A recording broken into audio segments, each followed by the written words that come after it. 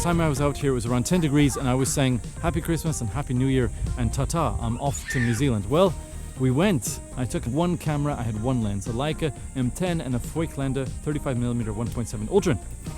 They turned out to be a really great combination. Great color, great contrast, really easy to focus, sharp. I'll be doing a review of the Ultron a little bit later. Today I just want to talk about what wowed me and wowed the family about New Zealand.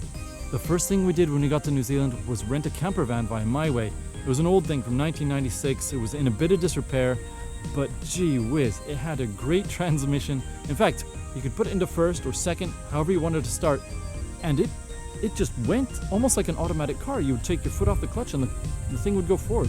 I've not driven anything like that. I drive cars, I drive trucks. None of them had a transmission like that, and it had air brakes. We went, I think, around 1,000 kilometers all around the South Island. We only had a week, so you can't really spend a lot of time, but we traveled enough.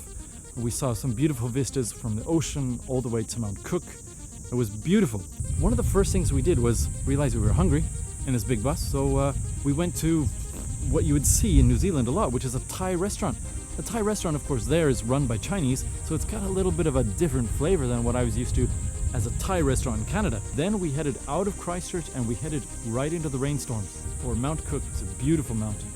Glaciers on the top, loads of people streaming up and down the hiking trails, but they're all quiet and they're all enjoying the beauty and pristineness and cleanness of the air. And my daughter walked around 3 kilometers. She's just 3 years old, but she walked 3 kilometers because we promised her if she got back to the camper without going in Papa's backpack, she would get a bit of candy. One thing that blew myself and my wife away, and of course my daughter, although she didn't put it into words, is how many parks there were in New Zealand, and they were really great. They had shade because there was lots of large, massive old trees that spread out maybe 20 meters this way and 20 meters this way. If you sat underneath it, even in the direct sun when it was 26, 27, 28 degrees outside, underneath would be cool, and you would sit there and enjoy your sandwich. By the way, the sandwiches are so good in New Zealand. There's a lot of really great gas stations that sell sandwiches and soups and everything. And they sell quality stuff. So you'd get a good sandwich from a gas station and hit up a park, and you could be there eating your nice sandwich while your daughter's playing on all sorts of crazy stuff. You're just sharing it with your wife and the aunts in the shade of these massive trees. And it just reminded me how much I missed Western planning. You go to a park here and there's no shade, ever. It's gravel. If there's anything, there's like a tree on this side, or it's in the middle of a massive city, and all there is a tree and there's a slide underneath it. But New Zealand, massive green parks with beautiful green grass, well tended, good play stuff. My daughter had crazy heaps of fun. We had crazy heaps of fun. There's tractors. They got tractors in the middle of the park, so you can sit there and pretend you're driving. My daughter loved them. The South Island isn't a huge island, but it's got the sort of Alps and the sort of mountains that you would see not in such a small place. It looks like the Canadian Rockies transplanted in the middle of an island, and of course there's beaches around. It's amazing, and probably one day you can go from beautiful alpine mountains to beautiful beaches, and you can see swamplands, you can see everything in the middle in one small island. I can't imagine another country where you're going to see such amazing variety of beauty as well as majesty of beauty in a single day. It's incredible. North Island has more people, it's got larger cities, but it's pastoral. Reminds me of southern Sweden in some ways, where it's got the swamps and the beautiful rolling hills. The forest style is different. Sweden's got a lot more forests that are connecting all across the southern part of it.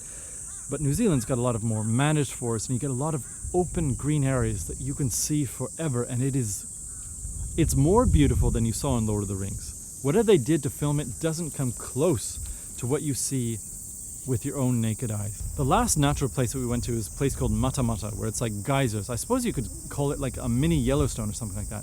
Beautiful, lots of spouting hot stuff, bit of smell of sulfur. And you know what? Where Auckland or some other places were like 20 degrees, Mata Mata was like 27 and 28, but the heat would radiate from the bottom, from the white sands and the white geysers. And then there would be geysers radiating, and then there'd be sun. It was hot. I would say that the food in New Zealand is any bit as good as the food in Japan, as long as you understand that it's not Japanese food, it's not Asian food. But as long as you understand that it's some sort of Western food, New Zealand is up there with anything I've ever had that's not like French. So my wife loved New Zealand, my daughter loved New Zealand, and of course I loved it. It's beautiful, it's tasty, it's got really good customer service. It's got everything from geysers to majestic mountains to plains to the pastoral settings that you would love from, of course, Lord of the Rings. The last thing I'm impressed with is the Voigtlander 35mm 1.7 Ultron. It's a great lens. It's not small, but it has a great focus action. It's incredibly accurate. In fact, it's one of the most accurate lenses I've ever used on Leica M10. And every Voigtlander lens I've used, basically, even the new 75 1.8, which I'm borrowing and have to give back Monday or Tuesday, that thing is absolutely accurate in focus. But the 35, of course, being a little bit shorter, is easier to focus, and it's a little bit easier to use with the wide frame lines of the Leica M10. If you're looking for a good 35mm lens and you've got around 800, 900 bucks to spend, the Ultron is every bit as good as some of the Leicas. And of course, it's not exactly a classic lens, so it's not going to give you the sort of bokeh that you're used to in the sort of classic lenses or the colors, but it's a great lens. Comes with my full recommendations, as does New Zealand, as a family destination or any other destination. Enjoy it. Are you Lilia or are you Alita? Alita. Okay, this is Alita, I guess. Normally she's Lilia, but she's Alita today. You say goodbye to the camera? Bye bye. Okay.